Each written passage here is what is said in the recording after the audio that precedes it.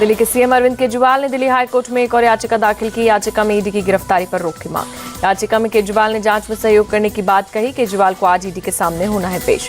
CM Kejriwal ने ED के सभी समन को संवैधानिक वैधता और को हाईकोर्ट में चुनौती दी। ईडी ने शराब घोटाला केस में पूछताछ के लिए अब तक भेजे हैं 9 समन। दिल्ली के एलजी वीके सक्सेना का सीएम केजरीवाल को पत्र लिखा। दिल्ली का दुनिया में सबसे प्रदूषित शहर होना अंतर्राष्ट्रीय शर्म का विषय। धुंध में डूबा हुआ है बहुचर्चित दिल्ली मॉडल। केंद्रीय मंत्री जितेंद्र सिंह आज उधमपुर में दाखिल करेंगे पर्चा भरने से पहले जम्मू में अपने आवास पर की पूजा। कांग्रेस केंद्रीय चुनाव समिति की आज दोपहर 3:30 बजे बैठक। बिहार, झारखंड, एमपी, तमिलनाडु और यूपी की कुछ सीटों पर होगा मंथन। कांग्रेस आज जारी कर सकती है लोकसभा चुनाव के उम्मीदवारों के नाम की तीसरी लिस्ट। अब तक 82 उम्मीदवारों के नाम का कर चुकी है ऐलान। कांग्रेस एमपी के पहले चरण के चुनाव के लिए उम्मीदवारों के नाम का कर सकती है ऐलान। बालाघाट, जबलपुर और शहडोल सहित कई सीट पर उम्मीदवारों का हो सकता है ऐलान।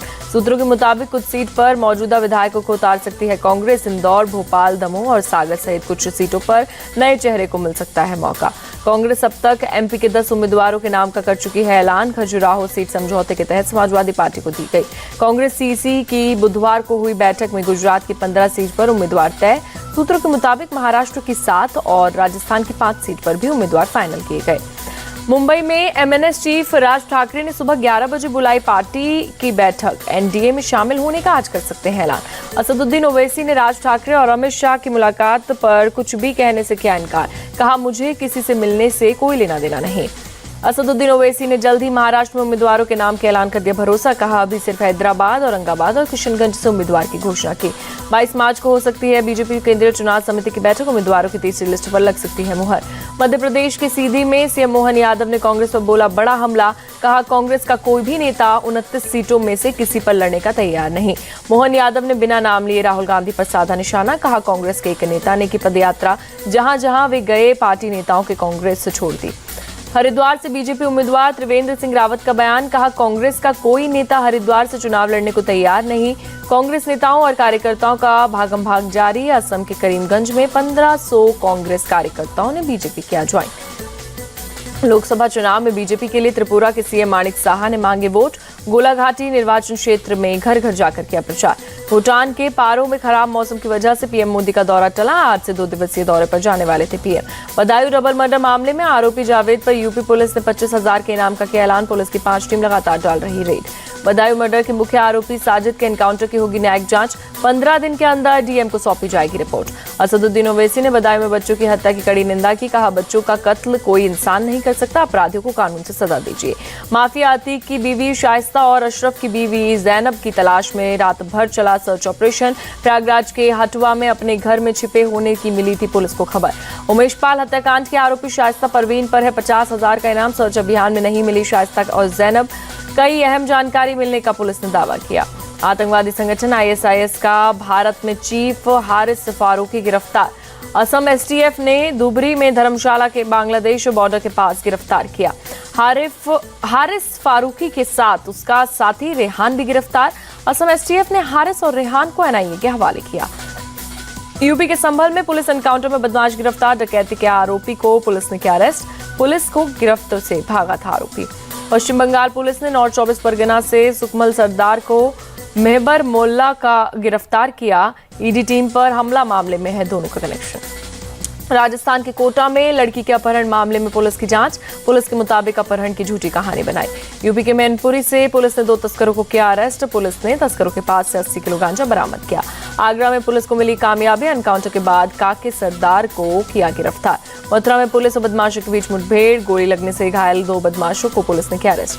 महाराष्ट्र के हिंगोली में सुबह 2 बार आया भूकंप। सुबह 6:15 बजे के करीब 2 बार धरती हिलने से दहशत में आए लोग। रिक्टर स्केल पर 4.5 रही तीव्रता।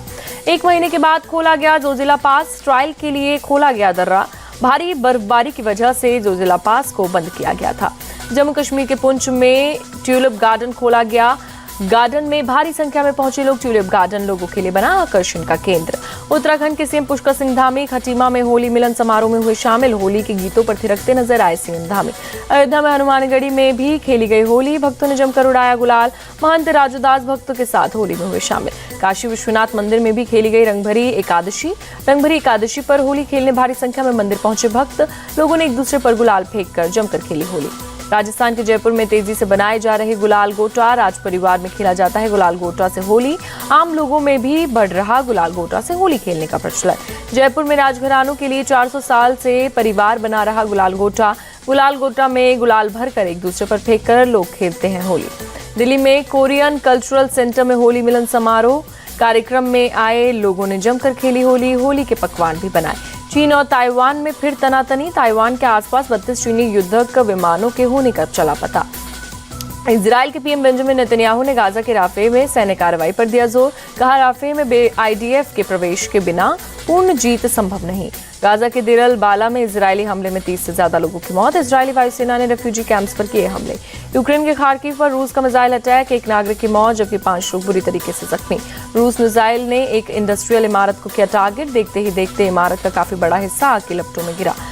यूक्रेन के राष्ट्रपति जेलेंस्की से पीएम मोदी ने की बातचीत। रूस के साथ युद्ध के शांतिपूर्ण समाधान में सहयोग का दिया भरोसा। 5वीं बार रूस के राष्ट्रपति बनने पर पीएम मोदी ने पुतिन को दी बधाई। रूस यूक्रेन युद्ध को बातचीत से खत्म करने को कहा। इंडोनेशिया के रक्षा मंत्री प्रबोवो सुबियांतो बने देश के नए राष्ट्रपति। 58% से ज्यादा वोट के साथ तीसरे सबसे बड़े लोकतंत्र की सत्ता संभाली। हैती की राजधानी में अपराधियों के गैंग के नए नागरिकों पर हमला किया। कम से कम 5 लोगों की मौत। अपराधियों ने जमकर की लूटपाट और आगजनी। अमेरिका के फिलाडेल्फिया में एक क्लब हाउस में लगी आग। देखते ही देखते आग की लपटों में घिरा पूरा क्लब हाउस। फायर ब्रिगेड की टीम ने करीब 2 घंटे की मशक्कत के बाद पाया काबू।